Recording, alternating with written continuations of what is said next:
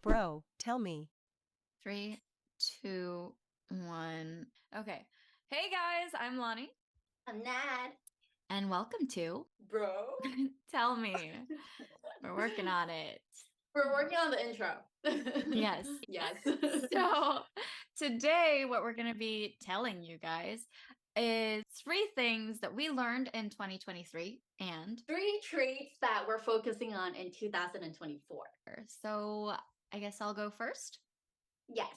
Okay. My first thing that I learned, or one of the things that I learned in 2024, was about kind of feeling content just doing things solo on my own because I really wanted to do the activity. And I just learned to appreciate those solo moments. So that was my one of my lessons.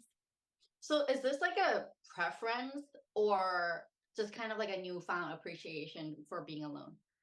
I guess a newfound appreciation for being alone. But I mean, I was in a relationship at the time, but he was working maybe sometimes, or some of my friends were really busy or out of town, whatever. And I still wanted to do these activities. So I just ended up going. And I just really enjoyed it so much that I started planning solo trips and other solo activities. People are like, oh, yeah, can I join? I was like, kind of want to do this on my own. Ox. Like I hate people now. No. But yeah, no, I just enjoyed them. I never like shunned anyone. I would say, yeah, sure, come join me. Hesitating low key. I'm kidding. No, come join me. Next time you say that, I'm gonna be like, so do I come or do I not come? Okay, so my first thing that I learned, and I think this is like the most important thing that I learned in 2023, and it really shifted my mindset and how I carry myself, is that I learned that most negative thoughts in your head are constructed based on your experiences and are more likely to not be true than true. It sounds so simple, right? Like, how did it take you 28 years to fucking recognize that? But it's really hard to do because when you're in the situation, your brain can't tell if the thing you're imagining is actually going on or not. So your physiological responses are as if you are in that situation. And it took me a lot of meditation and learning mindfulness to catch these made up scenarios in my head and recognizing these signs and symptoms, like the responses I was talking about, which for me is mainly a clenching in the throat and like a tension in my chest, and asking myself, do I know this to be true for sure? Is this thing I'm seeing in my head, I know for sure is going on? And yes, there's a chance that it is actually going on, but if you don't know for sure, what you're sacrificing is living to your fullest potential, right? Like living to your fullest potential, enjoying life at the fullest potential, new experiences. So I feel like the trade-off is worth it. Mm-hmm. And so, like, when you kind of go through these negative thoughts now, do you ask yourself any specific questions other than just like, oh, is this real? I think it's more of clarification to myself. I just say, I say it in Thai. This is kind of based off a Buddhist teaching. So there's a word in Thai that I say to myself. It really calms me down. But technically, the translation is just, oh, it's made up in my head. And that sounds so bad. Like it's like you're invalidating yourself. But I just say, oh, the mind is making this up. I don't know for sure if it's true or not. And how do you say that in Thai? Fuck. You caught me off guard. So now, like, what? I have all the questions. What do I say? Jit pung tang. Okay, one more time, Yeah. slowly for the audience. Jit prung tang. So jit means mind, right? Prung tang means like make up. So your mind is making it up. It does sound invalidating, I think, for especially in today's culture, we're really trying to make sure that we validate people's emotions in general. But sometimes we get lost in those negative thoughts. And I think it's okay also to acknowledge that maybe we're focusing too much on it and that it is just all in our mind and it's not actually the reality. Yeah. I mean, if I really feel like then I would go to my loved ones, like friends, family, partner for validation, but I try not to make that my first go-to. Mhm. And I think that's good to try to sit with that and, evaluate things yourself, because that's the best way we learn, right? When we try Yeah. to understand ourselves better and analyze things. Yeah. Um, And but that's yeah. the only way to change your responses to cues, you know? Mhm. So it sounds like you did a lot of soul searching in 2023. Mhm. Uh, A lot of growth, sprouting. that actually reminds me kind of my second one, which is that just because it feels like other people are succeeding around me better than I am or moving really fast, it doesn't mean that I'm failing. Just because I don't have the results or I didn't meet the expectations that I anticipated, it doesn't mean that I'm doing badly in life, as long as I learn from it. Because there were definitely some goals that I set in 2024, and then I had some distractions, whether it was thoughts or like actual distractions from my schedule. So I would look around me and I would see people progressing in their goals and life in general, and I would have certain thoughts like those, what are they called? Um what Intrusive thoughts. intrusive thoughts. I would thank you. I get a point. As she Ding. shimmies. So yeah. So I'd have like intrusive thoughts, and then it would send me in a spiral of feeling rejection and feeling like a failure. Yeah. But here I am still sprouting. And so That's our new memo for 2024. We're sprout. sprouting. But I feel like that's really hard, especially in today's society where social media is is very predominant in our life. We have to admit that. I feel like I'm on social media about 6 hours a day. But with us growing up with social media, I've the comparison is real, you know? Always seeing people even like getting engaged in their relationship, looking so happy, doing activities, Buying scuba diving and houses. stuff. Yeah. Yeah, and you're kind of like, I mean, I see your Instagram sometimes and I'm like, how is Lani doing all these things and I'm just working? It's called budgeting. It's called I promise. No, the trips that I'm doing are not expensive, like that expensive. Yeah. But I Yeah. think that's what I'm talking about. That's like the behind the scene that we don't see, you Mhm. know? And Definitely. it's hard to compare. It's hard to not compare yourself with the forefront that everyone is showing For nowadays. sure. I was listening to this podcast the other day, and one of the things that the girl was talking about was how people think that everyone's life is a party. Like when you're on social media, you think everyone else's life is a party, but you don't see whatever happens behind the scenes. Like you probably saw someone laughing like on the video, and 5 seconds either before or after, they were in fucking sob tears. I've done that. Thank you for the honesty. I think it's because growing up, you feel the validation from social media is very in resonance with your ego, right? Mm. Like if you feel like, oh, my boyfriend doesn't love me, or I had just had a failed relationship, and then you put a cute picture on social media and everyone's liking it and you're like, oh, maybe I'm kind of valuable after all, you know what I mean? It's like that Yeah. kind of validation that people are seeking on social media. Yeah. Trying to work on it. If Mhm. I'm being real. So then whenever I see you post, should I give you a call and ask if everything's okay? Are you okay? No, it's funny because I've had discussions with friends and I'll call them in my sob tears or whatever. And then they'll be like, "Oh, you seem so okay. Like I see all your posts." And I'm like, "That's me running away from the problem." So, Yeah, I think that's so relevant, and I wish people talk about that more because I don't think there's one person on earth that doesn't have a problem. mhm. No, for sure. It depends on how they deal with it internally. That's what makes it different. And it's hard because you see other people. And even though you know their truths, you see them posting all these really fun things. So you're like, okay, if they're having a good time despite all of their problems, then I probably should be having a good time despite all my problems.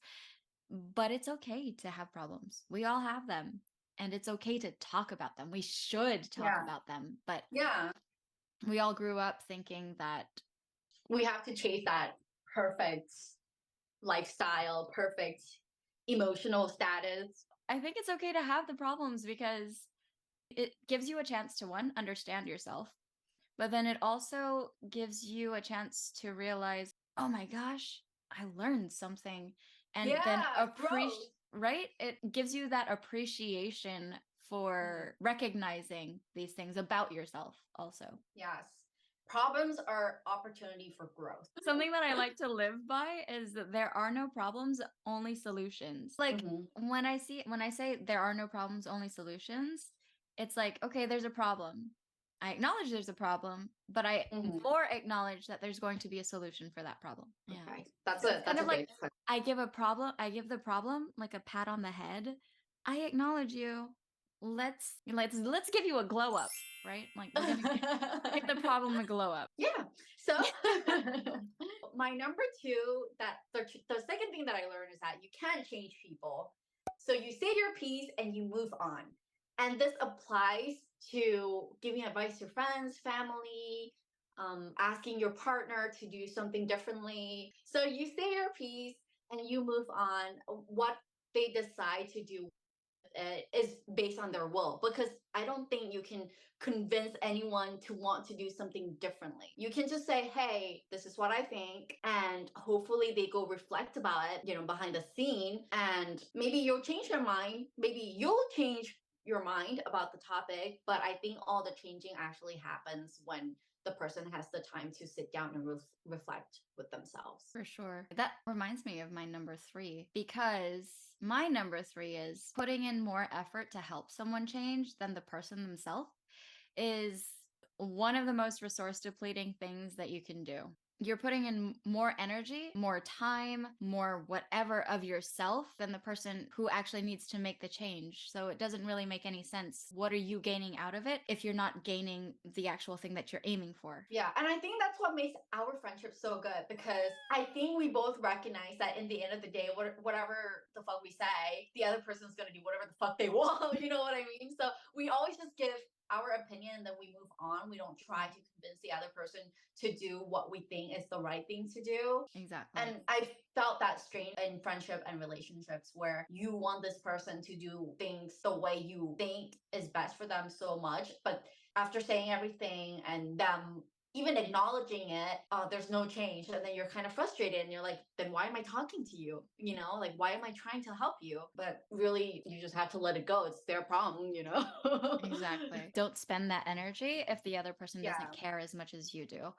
You give the person the information that maybe they could use, that could benefit them, and it's up to them what they have to do with it. And how I learned this in 2023 was because things were kind of not, I wouldn't say rainbows and butterflies, but I was kind of like semi cruising through the year until dun dun dun. um, in October, I received a call from my uncle at Mm. a very odd hour of the morning. I was asleep. Apparently, my mom was in the hospital for an emergency double bypass. It was because of her dieting habits, her exercise habits, or lack thereof. And so, as a dietitian, I too am a registered dietitian. Plug. But as a dietitian, I wanted to help my mom, to help her change her habits, to help her find a healthier way of managing her health. And she would try, but she would also really just fight all of my suggestions in the beginning. She would make gradual changes, but then just completely 180 back to what she was doing. And even now, she is still kind of trying, but definitely not as much as I've been trying to encourage her to do.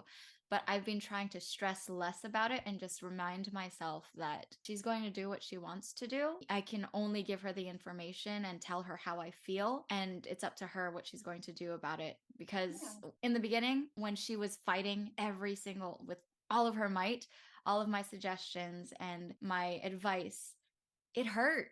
it feels like the person doesn't care, but it's not because they don't care. It's they just don't know how to get out of their habits. And changing is very hard. Honestly, even just a twist in a little thought, a little mindset is hard. So, and the validation, I have validation for everything. The validation that I give myself in these situations is just to tell myself every soul has their own journey, right? That goes back to something you learn about how everyone has their own timeline. So you can't expect them to be on the timeline that you want them to be. Yeah, that's a good way to look at it. My validation is also I did my best. I did my sobbing and just reminding yourself that sometimes you need a good cry and you just repeat, you have a phrase that you repeat to yourself. And my good cry phrase is, I'm doing my best. Like I can't do more Yeah. than my best. Yeah, but applying that back to your goal, it's you're saying you already try your best to help that person, and that's all Exactly. you can do and just let it go. Yes, yes. So what's your Mhm. number three? Okay, my number three is again about money. Yes. Money will not give you happiness if you don't like your job. And I'm saying this because, as I said in the intro, I'm a registered dietitian, and there is a ceiling to how much we can grow. The only way, really, to make significant money as a dietitian early in your career is through traveling. So I was a traveling dietitian for a while, but traveling dietitians have very small opportunities compared to like traveling nurses. So most of our opportunities are in the rural area, like outside of Los Angeles or within Los Angeles, but a very, very outdated hospitals. So I found no satisfaction in not learning from those hospital and trying to change things but not being able to. And even though I was making six figures a year, I was miserable because I felt like I was making no difference in anyone's lives. I felt like doctors weren't listening to me, nurses weren't listening to me. I didn't have enough opportunity to even educate patients efficiently because we were so understaffed at these locations. And I just had to stop doing traveling. And now I'm working part time as a registered dietitian. And even though I'm making so much less money, just trying to transition into YouTube and my private practice and doing that part time, I just feel so much more excitement waking up in the morning. So I think that's what I'm saying. It's the balance of emotional satisfaction in your job and being compensated fairly. Mhm. Because you can feel satisfied in what you do, but if you're not compensated fairly, then you're gonna feel like, am I not valued for this thing I'm doing? So should we move on to the next bit? Yes. The next part is three traits we're focusing on in 2024. I think we talked about you starting first. So Okay. So, my first one is having more faith and organization in my personal endeavors and staying consistent with them. So, in 2023, I definitely had some projects that I'd been trying to do. I started working as a dietitian online and with a private practice with a friend, and then started my own donut business, which has been put on the back burner, unfortunately. I have a website. It's called we'll link mochibeardonuts.com. it, link Yeah. it in the Okay. Spoiler, the website is in French. If you have questions, let me know.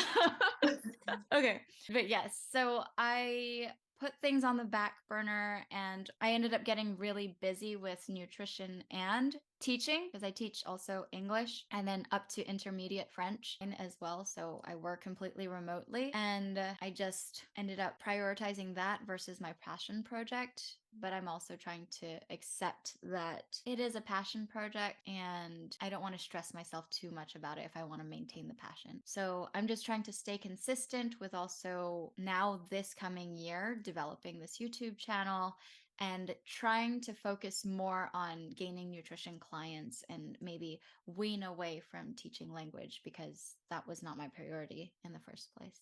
Okay, so you just want to fully commit in your passions. Yeah. Okay, so I think that's kind of similar to my first trait. Yeah, it's believing that things are working out for me no matter what the situation is. So let's say, like right now, I'm trying to land my private practice, and I have not gotten any patient yet, although I've gone out and passed my business cards to doctor offices and stuff like that. But I have to believe that things are working out for me. There's a reason why there's a lack, and I'm not saying you should believe that without any actions. Take all the actions and the opportunities you can, and then once everything else is out of your control, you can control the outcome, but you've done the action, then you have to let go and believe that whatever is going to happen is for the best for you. Yeah. Definitely. That things are Mhm. going to go the way that your heart wants them to go. Exactly. Yeah.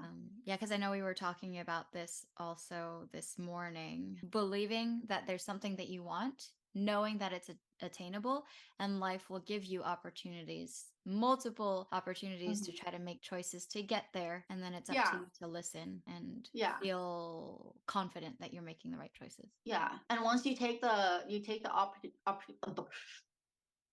the opportunities, you take the choices, you take the actions, you just have to believe that whatever happens, it's for the best, because you don't see the big picture, right? You Mm, don't know the grand scheme of your life. yeah. You only see this part right now where you want something to happen. And yes, there's a disappointment right now, but maybe it's because there's going to be a very big client later on that's going to blow your business up. That's what's going to happen to me. Yeah.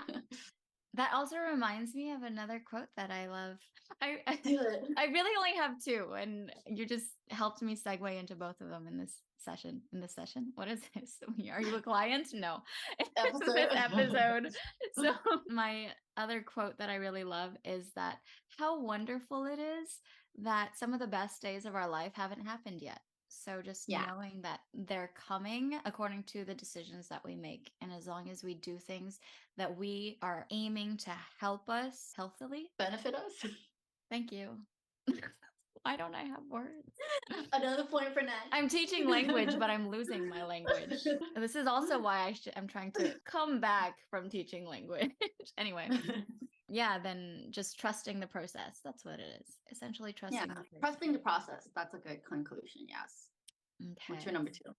Right, we're on number two now. So mine is staying true to what I want in relationships and being sure that the next person that I decide to commit to, that I feel like I can talk to them about anything and everything without judgment. Like both of us, we are not going to judge each other. We want to understand each other and help Yeah. each other and just be genuine about it. And I want someone with a genuine curiosity for life. And for me, the way that I would have a genuine curiosity for life and for them, and openness. Yeah. Yeah, thoughts. I mean, that's a good goal. What made you want to focus more on that? Oh, okay. I know in this episode I talked about how last year I was in a relationship. So I've that has ended. And so Great guy, by the way. Great yes, guy. he is a great Uh-huh. guy, but it was not Mhm. working between us because the communication just wasn't there. And I felt like we were definitely growing in different directions, and I wanted to try to fix it, but it just wasn't working. Mhm. So And that's okay. and communication has just been something that I've been very adamant about having in my relationship, proper communication, and it just wasn't working. We were together for a while, over 2 years, and then it just fizzled. So, but still a really great guy. I can definitely wing. I would wing him. He has my thumbs up, and Yeah. you ladies Great are guy. interested. My number two is kind of built on the first one. It's following everything my hearts want to do in life. I think this is where, like I was saying before, we should take the opportunities that the universe sends us, right? So this is me taking the opportunities that the universe sends us, because I believe that the signals that the universe sends us it's in what we want, right? So if we pursue that, we chase that, see what happens, we won't miss a beat. That's what I believe. Even though I might suck at get whatever desire comes up, like this YouTube channel, or people might make fun of me for it, but I'm gonna take a chance on it. Question. As we've been doing these episodes, and Mm. even before, like when you thought about making this channel, did you ever once think, like, what if it doesn't work out? Or are Yeah, you of trying? course. Okay, I cool. think that's a very human Right. reaction. And what do you tell yourself in those moments? Or do you still tell yourself, or was it only just one thought? I mean, it still comes up here and there, but I just tell myself I'm gonna keep going until I make it. I'm gonna try different things. We're gonna talk about different topics. We're gonna do different things, and one thing will land. There's no failure in not giving up. And someone said something that I'm so sorry whoever said it, and I don't remember I who know, you like I are, want to but directly quote people, but I can't. yeah. I just remember the um lessons. I don't remember who you are, but someone said you have to suck before you succeed. I like that. Yeah, because if you never suck, that means you never even tried it. I like it. Yeah. And I know this is our year, and we're gonna try every fucking thing we can Yes. until this channel fucking lands. Hashtag learn 2024. Okay, what's Definitely. your third one? Number 3. My number 3 is the simplest, I think. I just want to be able to obtain B1, if not B2 Spanish level in 2024. I've been working on the Spanish. It was my goal to reach B1 this year, and I think I'm on the way. I'm probably like cusp of B1 at this moment, but I want to rely a lot less on Google Translate. Yeah. Okay, so question. What is B1, B2? Because it reminds me of Oh. Banana in Pajamas. You know that show? Yeah. Okay, so when you learn languages, the way that you evaluate your level, there's essentially 3 levels. So you have beginner, intermediate, and advanced. Beginner is separated by A1 and A2. So it's like very beginner, and then you have more development. So like it's like you have vocabulary, and then you have vocabulary in like simple sentences. Mhm. And then B1 is being able to participate in conversation, basic conversation. B2 is essentially being able to manage yourself in your target language without having to use words from your mother tongue. Does that make Okay. sense? So you can Yeah. have explanations in your target language if you don't Yeah. understand something. So that means you've come pretty far if you're at B1. Yes. Mm. Yeah, so How do you exactly. I learn? can What are your processes to learning a language? Just asking for a friend. So processes, there are many steps that I take. So definitely learning specific or first, I guess I like to learn the characters of whatever target language I'm learning. I've been learning multiple in this past year. And so there's Tagalog, Spanish, and there's Arabic, more specifically Egyptian and Moroccan Arabic that I was trying to dive into this year or last year, 2023. And so I like to learn the characters first, obviously, numbers, and then like little words and phrases like hello, bye, thank you, please. And then you learn like little phrases, listening to music, watching films, getting used to the accents, things like that. There are a lot of other things that I definitely try, but those are essentially the first steps, I would say, to learning a new language. But it doesn't seem like you follow you don't read textbook or anything like that. Sometimes I do, but you can also find a lot of resources online. I've definitely used them. And yeah, I love learning languages. If you have Yeah. any questions, You can speak like 6 languages. I My don't exaggerate, my but thanks for last making me look good. yes, of course. That's what I'm here for. My last trait that I'm trying to focus on in 2024 is saying I feel like and like less. The reason is because I never recognized this until we filmed the past 3 videos and I was the one solely editing them and having to remove about hundreds of I feel like and like. I was like, okay, I should probably say those last to save time in editing. So now I'm trying to be more mindful about that. Yeah, I'm probably going to become more mindful about other things that I say often as I edit this When you start episode. editing. Yep. I'm sure. Yep. But okay, Yep. we'll find out. We'll see. So that's it for 3 things we learned in 2023 and 3 And traits we're focusing on in in 2024. 2024. If All you have any right. questions, any comments, Leave them down below. Don't forget to subscribe, like, and drop by next time. if you have any constructive feedback, like if you think we talk in circles or if you think we could explain things in a more concise way, just let us know. We are Yeah. up for anything for improvement. All right. All Thanks, right. Okay. guys. See you Thank next you. time. Bye. Goodbye.